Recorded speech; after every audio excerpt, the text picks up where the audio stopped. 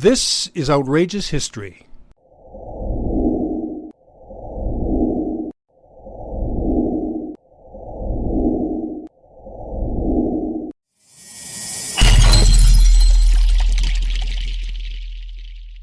Welcome to Outrageous History. I'm Ernest Granson.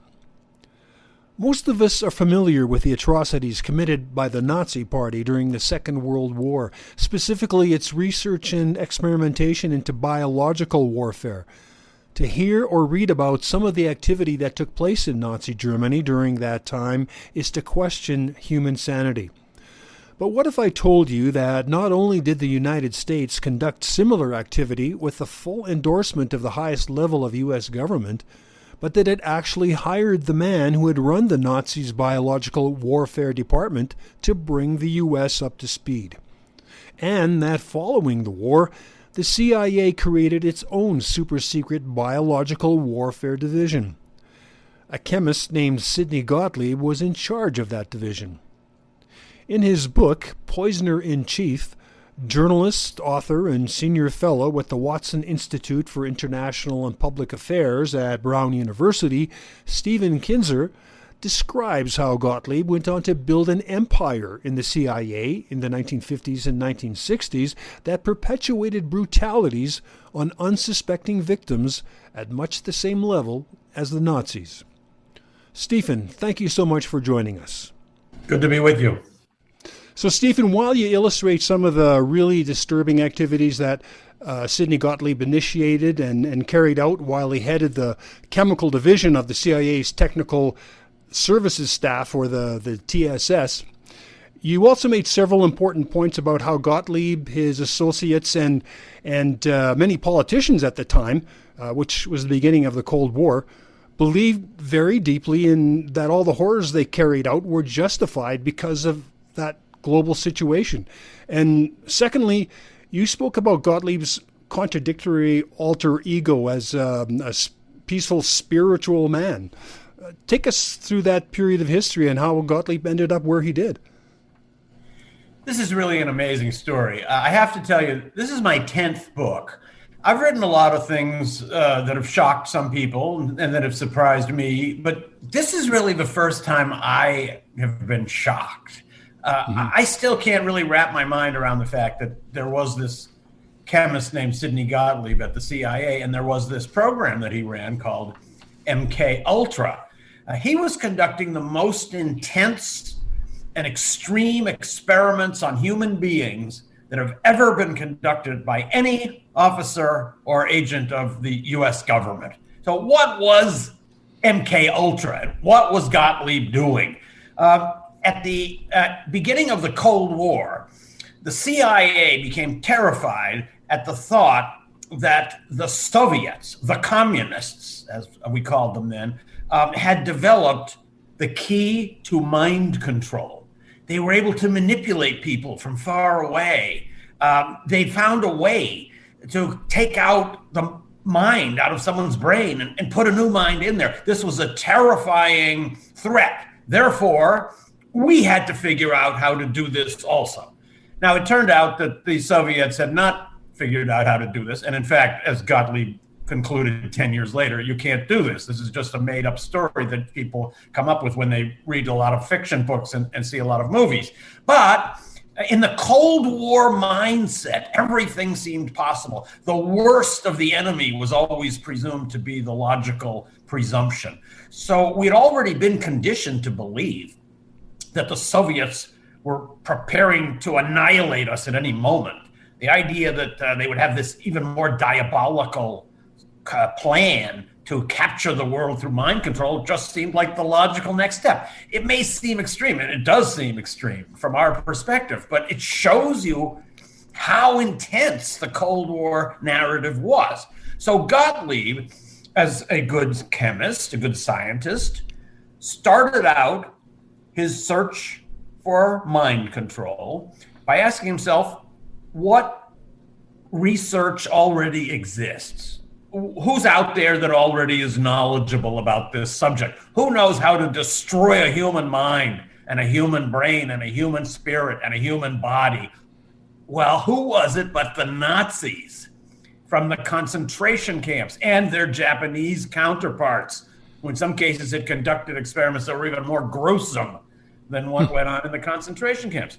So the person you mentioned, for example, Kurt Bloema, was the chief of the biological warfare effort of the Nazis and was involved in the creation of all sorts of poisons, including poisons that were used in these famous experiments in concentration camps.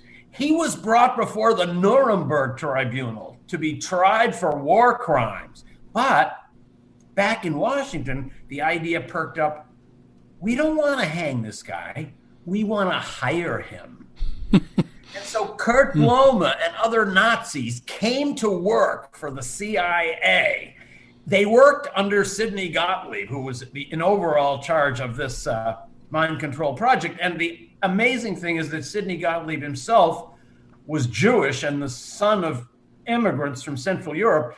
If his parents had not made the decision to leave Europe in the early 20th century, they might easily have been arrested by the Nazis, and young Sidney could have become the victim of one of these Nazi horrors in a concentration camp. But in the event, he grew up in America, and he never seemed to have any problem working with the same Nazi doctors who had carried out all those experiments. And the explanation, as you suggest, is we have to put aside little details like that these guys were Nazis who worked in concentration camps and tortured people together, or they were in the Nazi SS. We got to forget that now. That's not important. We're fighting the communists.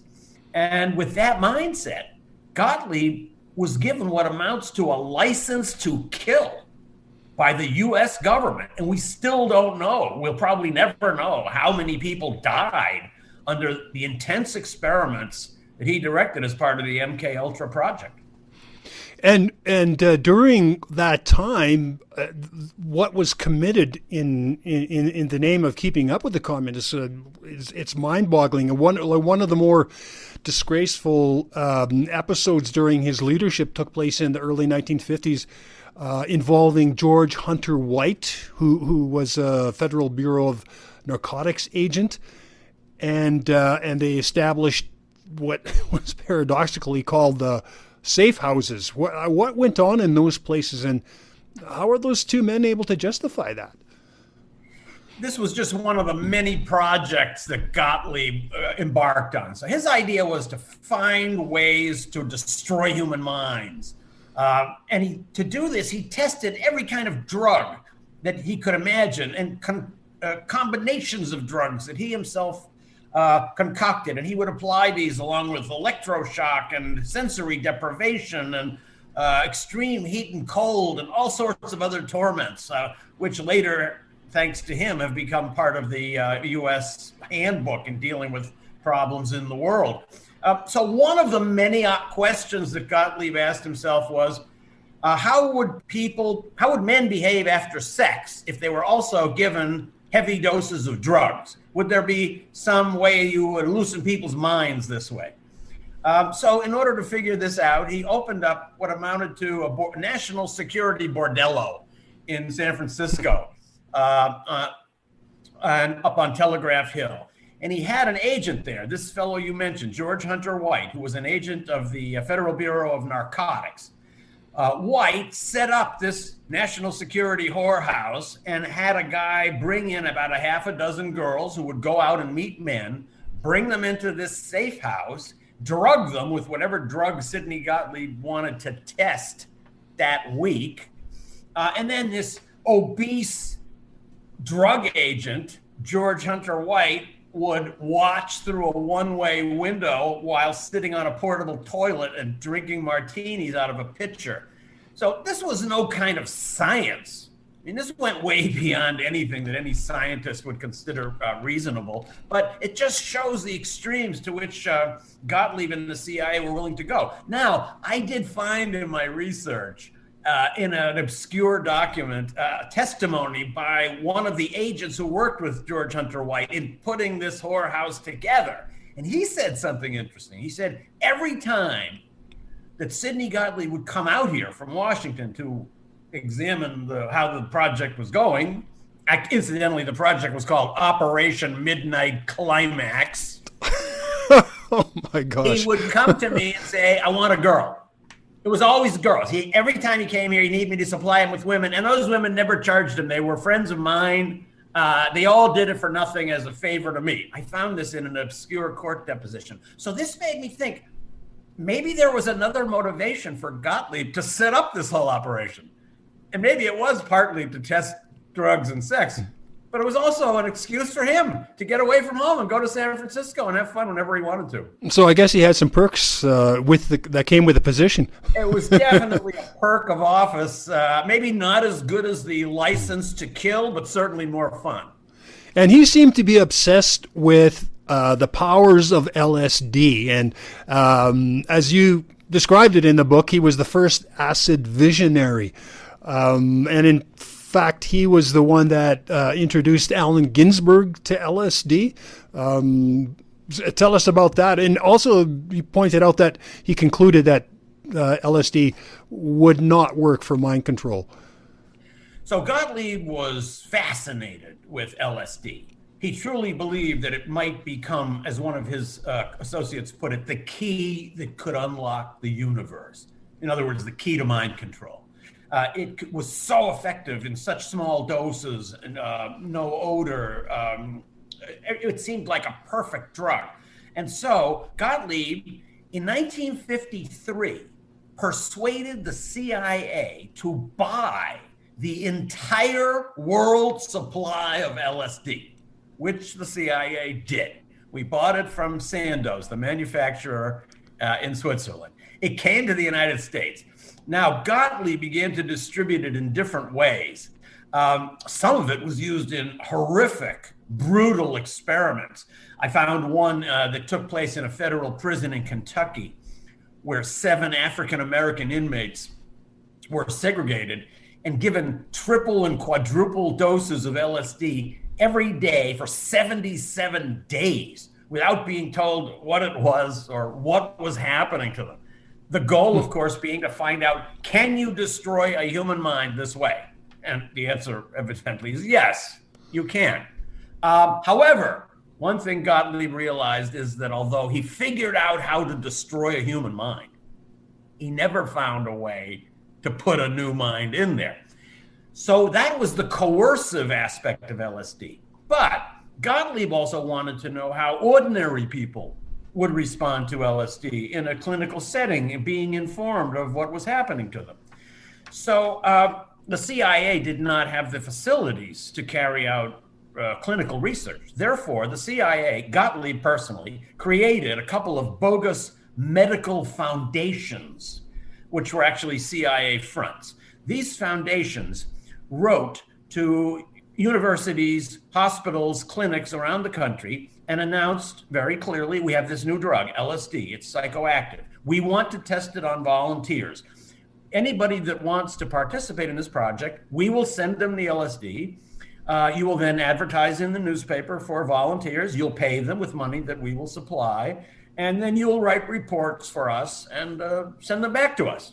So overnight, a whole new market for LSD research suddenly grew up naturally, since all the money was out there. And experiments began in which ordinary people could come in and try this yet unknown psychoactive drug. So who were among the very first people who came in? Well, one of them was Allen Ginsberg, who took LSD in a clinic that got its LSD from Sidney Gottlieb.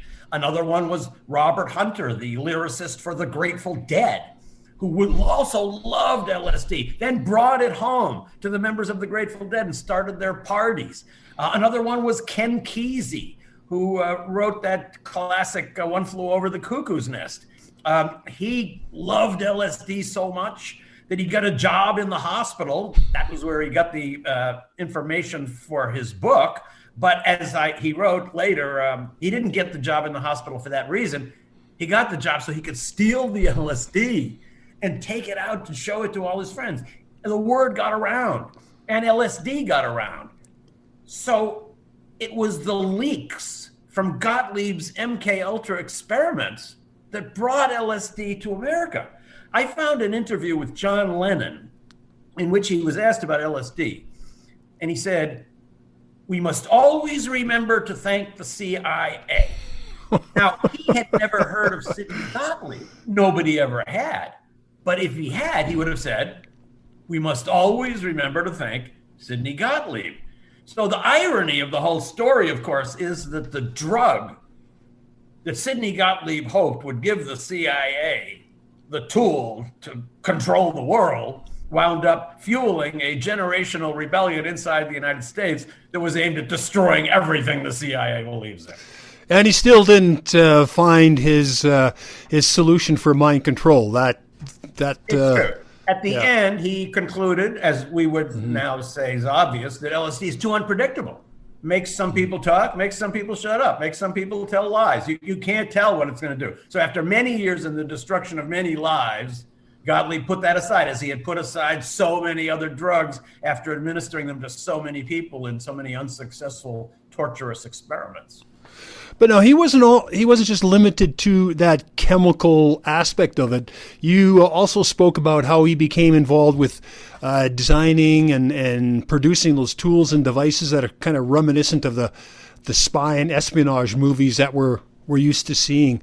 And so you have some amusing anecdotes about the association between those films and real life espionage. For instance, how episodes of Mission Impossible in the 1960s and 70s generated all these phone calls coming into the CIA after that program aired. Tell us about that.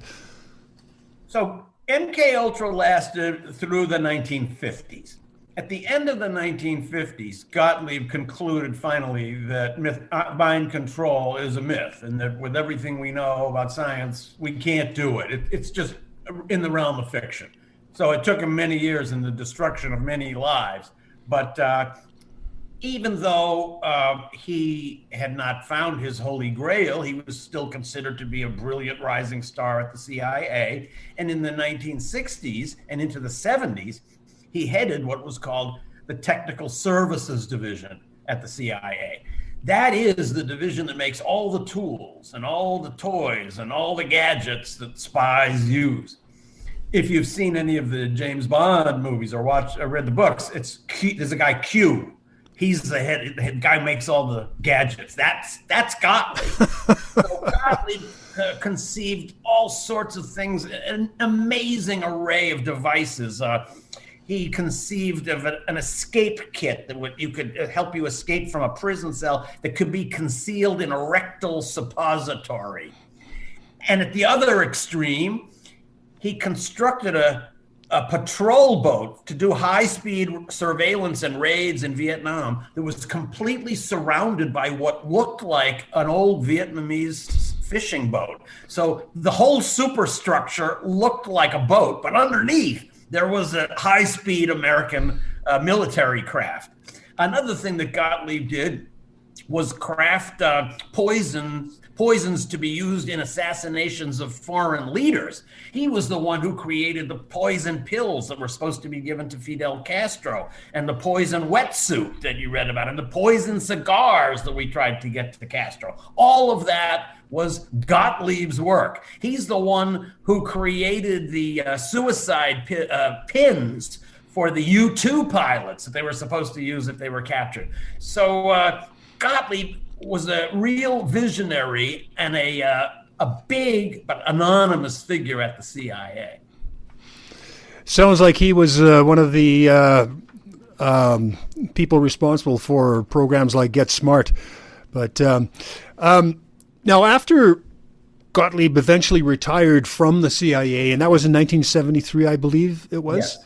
He and his wife, Margaret, embarked on a completely different lifestyle. Tell us about that period, and then what happened after that to force Gottlieb out of those retirement plans.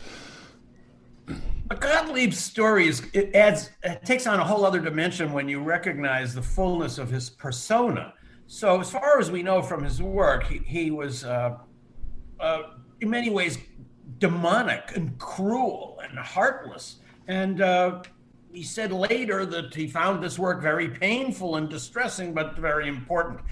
He was able to close himself off from human suffering in an amazing way, just by telling himself, all of this is to fight the communists. So you can see him as a kind of one-dimensional character until you understand the other side of his character. Actually, Sidney Gottlieb was a kind of a proto-hippie. In the 1950s, when he was running this super extreme and brutal MK Ultra program, he was living in a way that probably no other federal civil servant was living. He lived in a cabin in the Virginia woods that had no running water. He got up in the morning before dawn to milk his goats. He meditated. He studied Zen. He wrote poetry. By his own account, he took LSD over 200 times. So he only ate natural foods. He did yoga. And he was considered himself a very good-hearted person.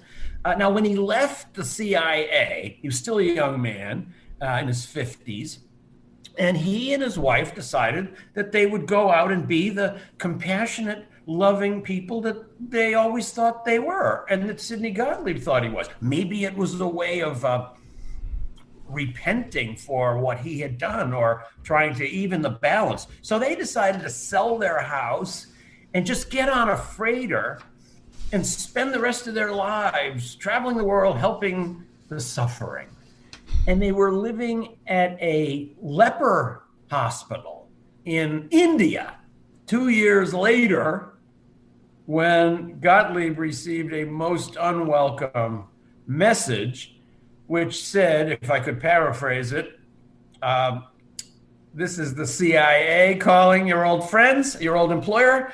We have bad news for you. Somebody has figured out that you exist and they want to talk to you. And the somebody was the U.S. Senate investigating committee, the church committee that was investigating the CIA. So Gottlieb had to come back from India and testify in front of a congressional committee. Now, this was a huge shock because Gottlieb's name was never even known. His face had never been seen. Nobody had know who he was. He was one of the shadowiest figures in the history of the CIA, for sure. Now, he was allowed to testify in private, and he was allowed, at least in the first round, to use a pseudonym.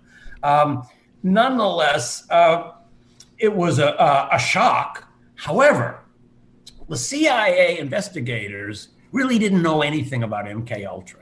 It was maybe they thought of it as a little bit of a nutty, extreme project. What they wanted to ask him about was his role in presidentially ordered assassination plots, particularly the plots against Castro. Now, in those plots, Gottlieb was involved. Yeah, he made the pills, he made the poisons, but he was really just a pharmacist. If he hadn't been there, somebody else could have made a poison pill.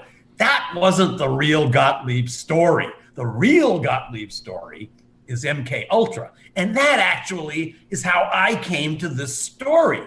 So I had written a book about CIA operations in the 1950s and the CIA director, Allen Dulles. That book was called The Brothers, about Allen Dulles, the CIA director, and his brother, Foster Dulles, the Secretary of State.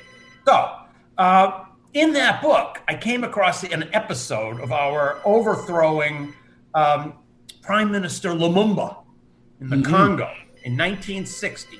And it says in the episode that I tell that we actually sent poison to the Congo to try to kill Lumumba. So that stuck in my mind. And I thought, this is really remarkable that the government of the United States sent poison to another country to be used to kill the leader of that country. So I wanted to look into this more. So who was it? Who would have brought the poison? Was it a courier? Well, I find out, no, it was not a courier.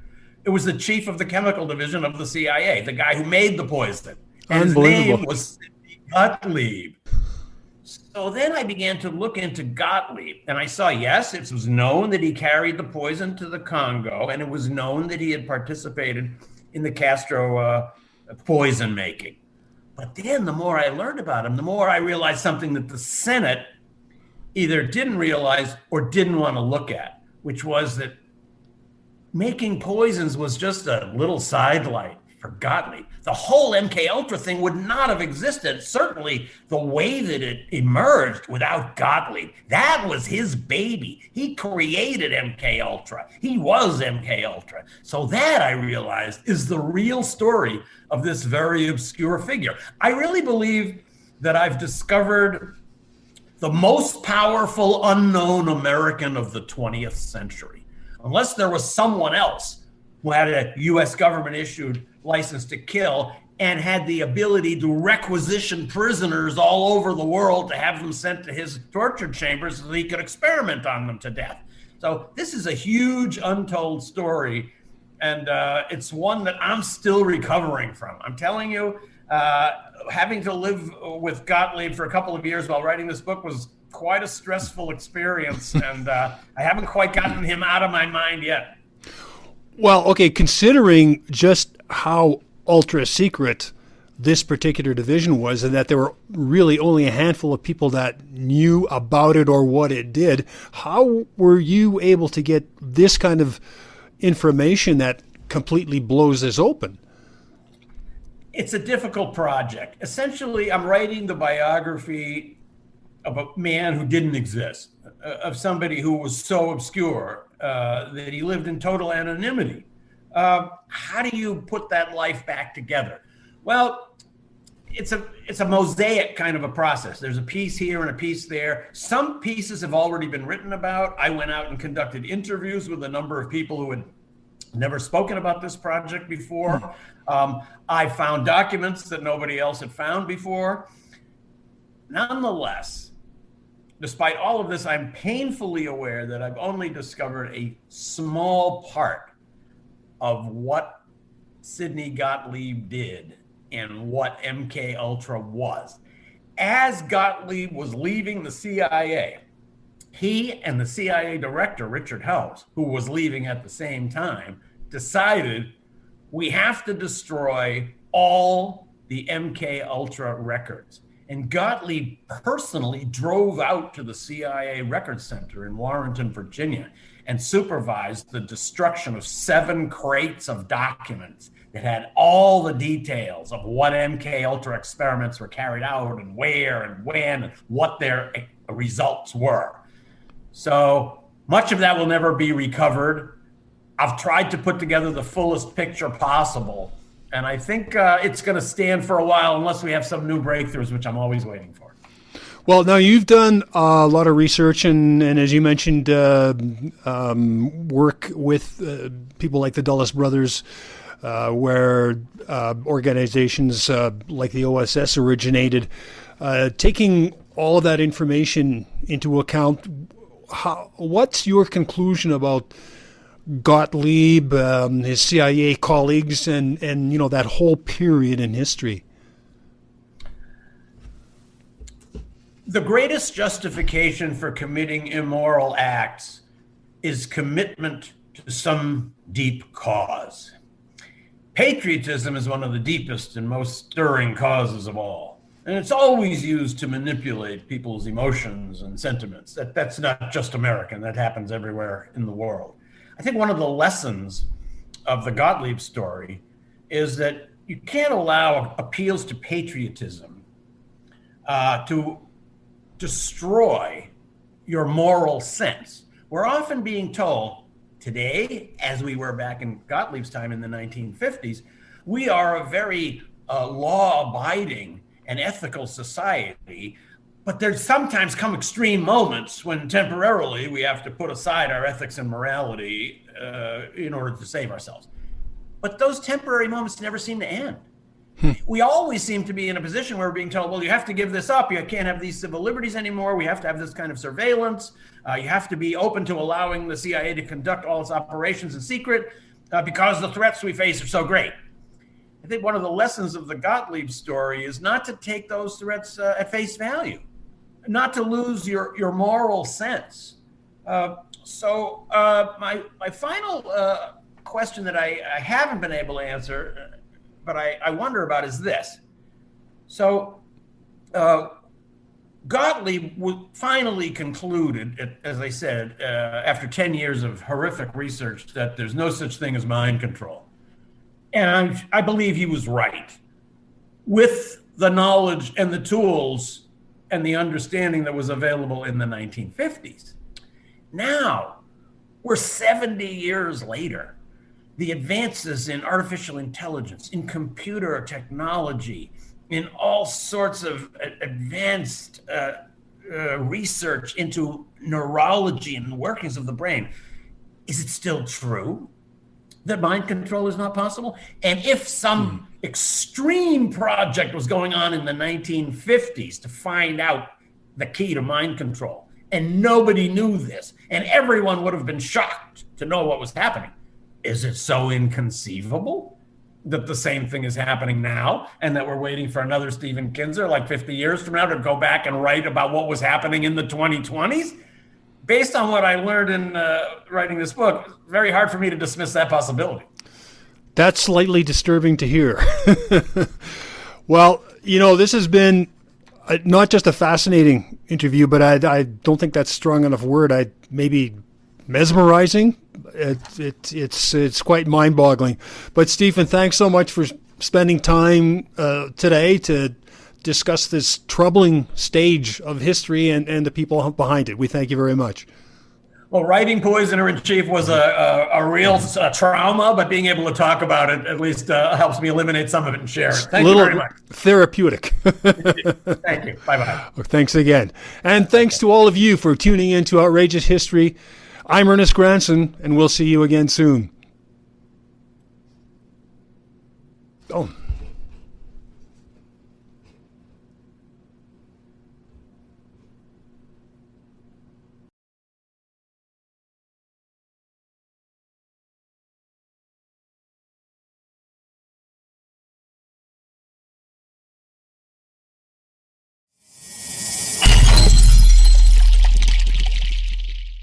Outrageous History is produced by Northern Flicker Media.